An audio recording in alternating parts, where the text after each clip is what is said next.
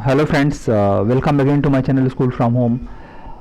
एक बहुत ही दुखद न्यूज़ सुना था हम लोगों ने लास्ट वीक कि एक अमेरिकन ब्लैक सिटीज़न थे जॉर्ज फ्लैड की ब्रूटली मर्डर कर दिया गया अमेरिका में।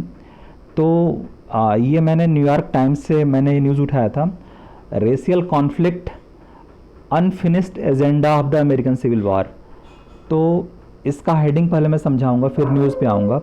बेसिकली अमेरिकन सिविल वॉर के बारे में हम बात कर रहे हैं, अमेरिकन सिविल वॉर और उसका जो है अनफिनिश्ड एजेंडा, मतलब ऐसा एजेंडा जो फिनिश नहीं हुआ था।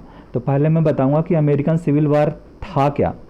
बेसिकली जब अमेरिका रिपब्लिक हुआ था तो उस समय अमेरिका में 13 स्टेट्स हुआ करते थे और उसके साउथ में कुछ स्टेट्स हुआ करते थे। तो जो नॉर्थ के स्टेट थे, साउथ के स्टेट को मर्ज करने के लिए उनसे वार किए। उसका रीज़न ये था कि साउथ के जो अमेरिकन स्टेट्स थे वो स्लेवरी को ज़िंदा रखना चाहते थे और नॉर्थ के स्टेट ख़त्म करना चाहते थे। अब बेसिकली एक्चुअली में ऐसा नहीं था कि नॉर्थ वाले ख़त्म करना चाहते थे। नॉर्थ वालों का लालच ये था कि अगर हमारा स्लेव साउथ में बंधे रहेंगे तो वो इंडस्ट्रीज़ में काम नहीं कर पाएंगे। तो उनको साउथ में बंधे रहने से रोकने के लिए उन्होंने ऐसा करा, लेकिन इनडायरेक्टली उन्होंने स्लेव को ख़त्म नहीं करा क्योंकि वो लोग उनकी इंडस्ट्री में आकर मजदूरी करते। तो ये था अमेरिकन सिविल वार उस समय जब अमेरिका रिपब्लिक हुआ तब हुआ।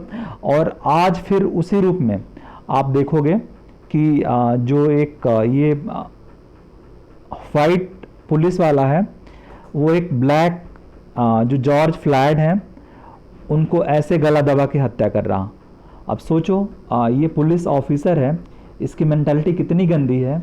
और अमेरिका का इस तरह का कृत्य जो है होता है और अमेरिका दुनिया को नसीहत देता है कि आपके यहाँ इंडिया में सब होता है, लिंचिंग होती है। मानते हैं इंडिया में कुछ घटनाएं होती हैं, बट यूएस तो इसका शुरू से ही उसका जन्मदाता ही रहा है।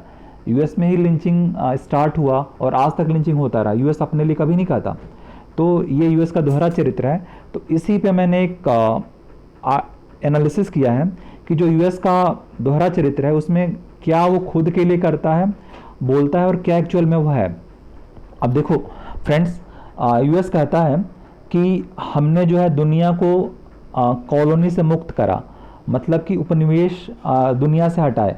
लेकिन अगर आप देखो दूसरी तरफ कि वो क्या करता है, अमेरिका अपना इंडस्ट्रीज़ का वो करके दबदबा दिखा के दूसरे देशों पे शासन करता है।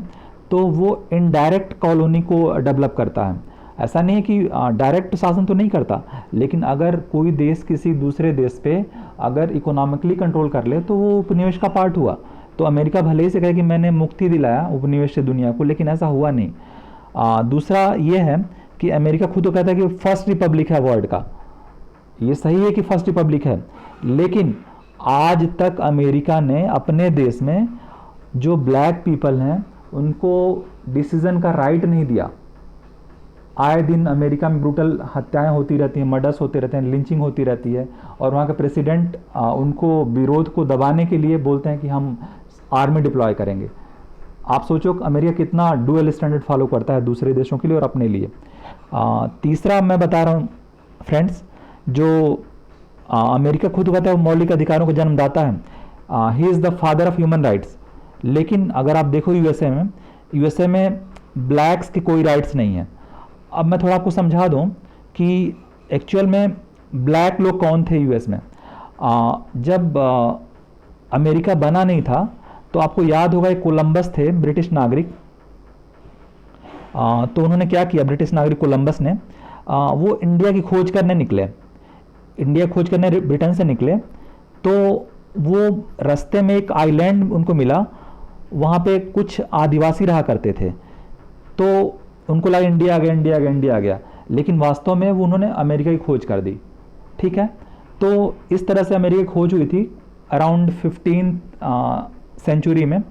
तो उसके बाद से क्या हुआ, ब्रिटेन के लोग क्या करते थे, बहुत ही खोजी टाइप के लोग हुआ करते थे। तो ब्रिटेन ने कुछ अपने कैदियों को भेज दिया। आपको याद होगा कि ब्रिटेन कैदियों को हमेशा आइलैंड पे भेजा करते थे। इंडिया में भी जब वो लोग थे तो अंडमान में जो सावरकर जेल है वहाँ पे हमारे कैदी जाके डिपोर्ट करते थे, ठीक है ना, ताकि वो ऐसे आइलैंड पे चले जाएं और फिर दोबारा से मेन लैंड पे आके अपना काम ना कर सकें। तो इस तरह से यहाँ पे कुछ कैदी आ गए, कुछ शिपर्स आ गए, कुछ जो वॉलंटियर्स थे वो आ गए, कुछ धर्म प्रचारक आ गए। तो इस तरह से अमेरिका डेवलप हुआ। जब अमेरिका में ब्रिटेन के लोग यहाँ पे आए तो उनका जो यहाँ मूल निवासी थे, रेड इंडियंस थे, वो थोड़े ब्लैक थे, तो उनसे संघर्ष हुआ। लेकिन उनको वो आज तक अपना एनिमी मानते हैं और उनको आज तक अपना कोई फंडामेंटल राइट्स नहीं दे पाए हैं। उनके साथ हमेशा वो लोग डुअल स्टैंडर्ड का रवैया अपनाते हैं। तो यही है अमेरिका का गणराज्य और उसका नेशनलिज्म। तो यही मैंने यहाँ पे दिखाने का प्रयास करा था कि अमेरिका जो है खुद को मौलिक अधिकारों को जन्मदाता बोलता है, लेकिन वहाँ पे जो ब्लैक अमेरिकन्स हैं, मतलब जो वहाँ के मूल निवासी हैं, उन्हीं को दबा दिया। उन्हीं के देश पे शासन करता है अमेरिका, क्योंकि जो वाइट पीपल हैं वो तो मूलतः ब्रिटिश हैं, और जो वहाँ के मूल निवासी हैं उन्हीं को ब्रूटल मर्डर करता है, उन्हीं की लिंचिंग करता है और खुद को सबसे बड़ा रिपब्लिक और सबसे बड़ा फादर ऑफ ह्यूमन राइट्स बोलता है। तो ये सब अमेरिका के एक्सेप्शनलिज्म है, जहाँ पे अमेरिका जो है कहता कुछ और है, करता कुछ और है। नेक्स्ट है अमेरिका जो है वैश्विक लेवल पे बोलता है कि वो क्या है, डेमोक्रेसी का प्रोटेक्टर है। लेकिन आपको पता होगा कि जो तानाशाह बड़े बड़े हुए हैं, पहले सद्दाम हुसैन को भी अमेरिका नहीं पाला था।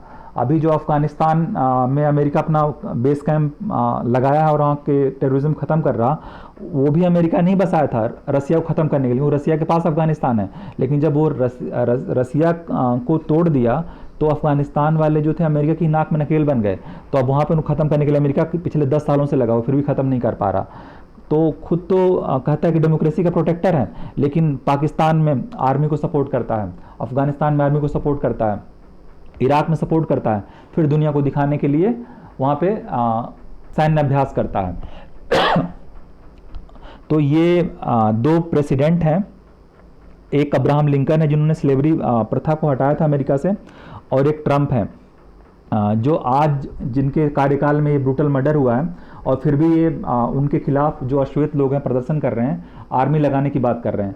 तो इनका सोचिए, इनकी मानसिकता क्या है और अमेरिका वास्तव में विश्व के लिए क्या कहता है, क्या करता है, आप लोग खुद अनुमान लगाइए। नेक्स्ट मैं किसी और वीडियो के साथ मिलूंगा, तब तक के लिए जय हिंद, जय भारत।